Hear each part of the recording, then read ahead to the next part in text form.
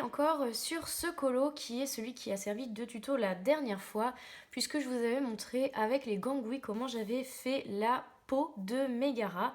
Et merci pour vos retours, je pense que ça vous a bien plu.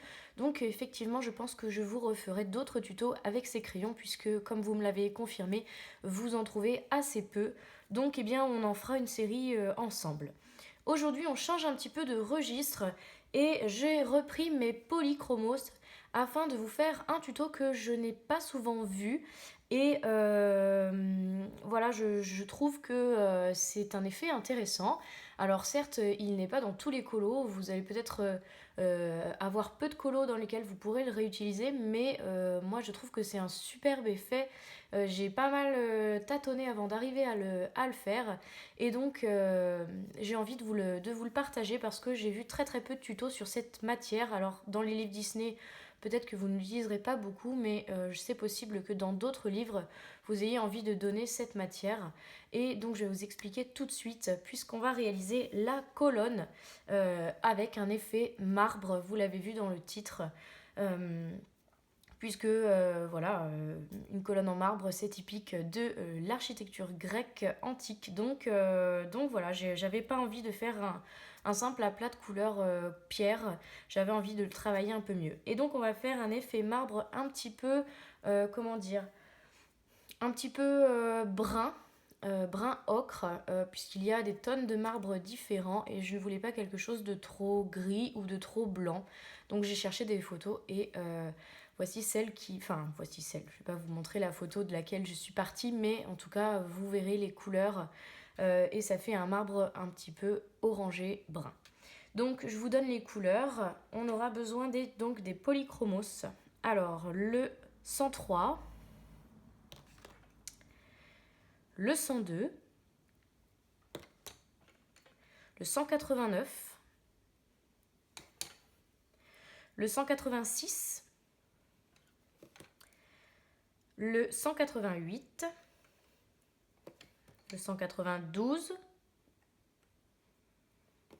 le 182, le 180 et pour terminer le noir. Donc ça fait énormément de couleurs, mais je les trouve toutes indispensables pour réaliser cet effet du mieux possible.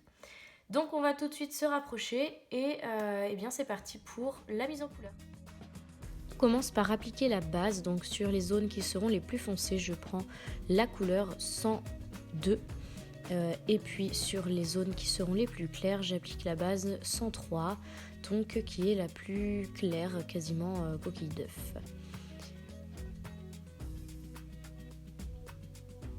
On continue ensuite avec le 182 qui va nous permettre de marquer les zones qui seront marbrées.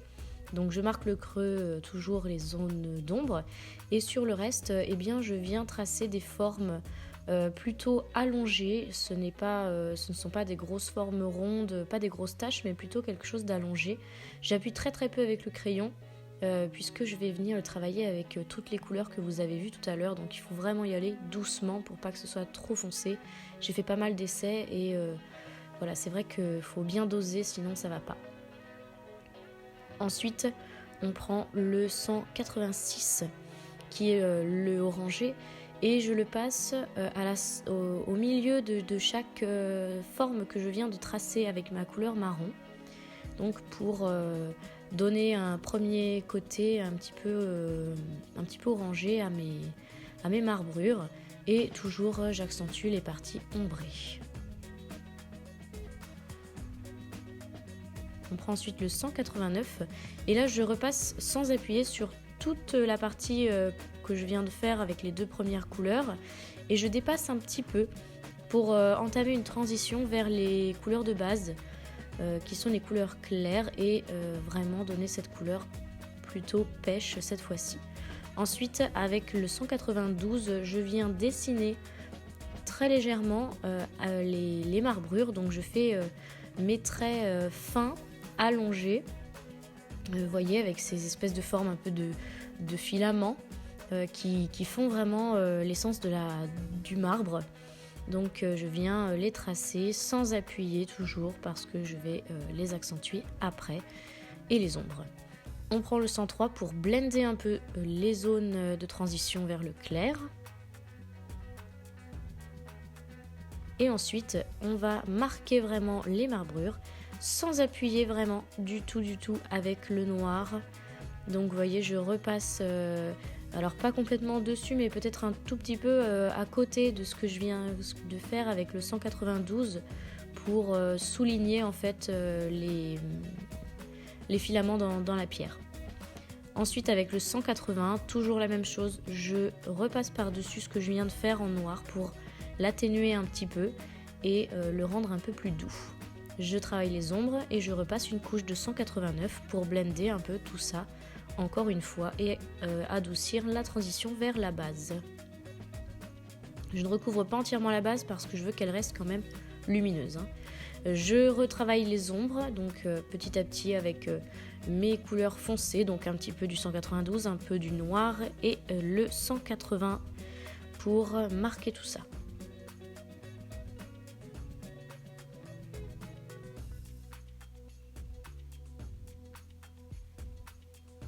Pour terminer, je repasse une couche de jaune pour remettre la lumière et puis je blende avec le plus clair, le 103, pour donner la touche finale.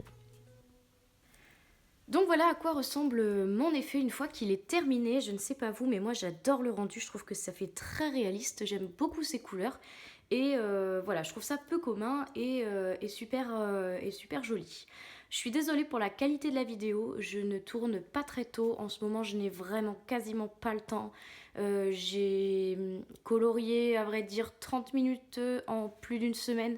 Donc voilà, et c'est pour ça que la lumière est un peu pourrie. Donc je m'excuse d'avance, peut-être que j'aurais réussi à changer un petit peu la luminosité une fois ma vidéo tournée.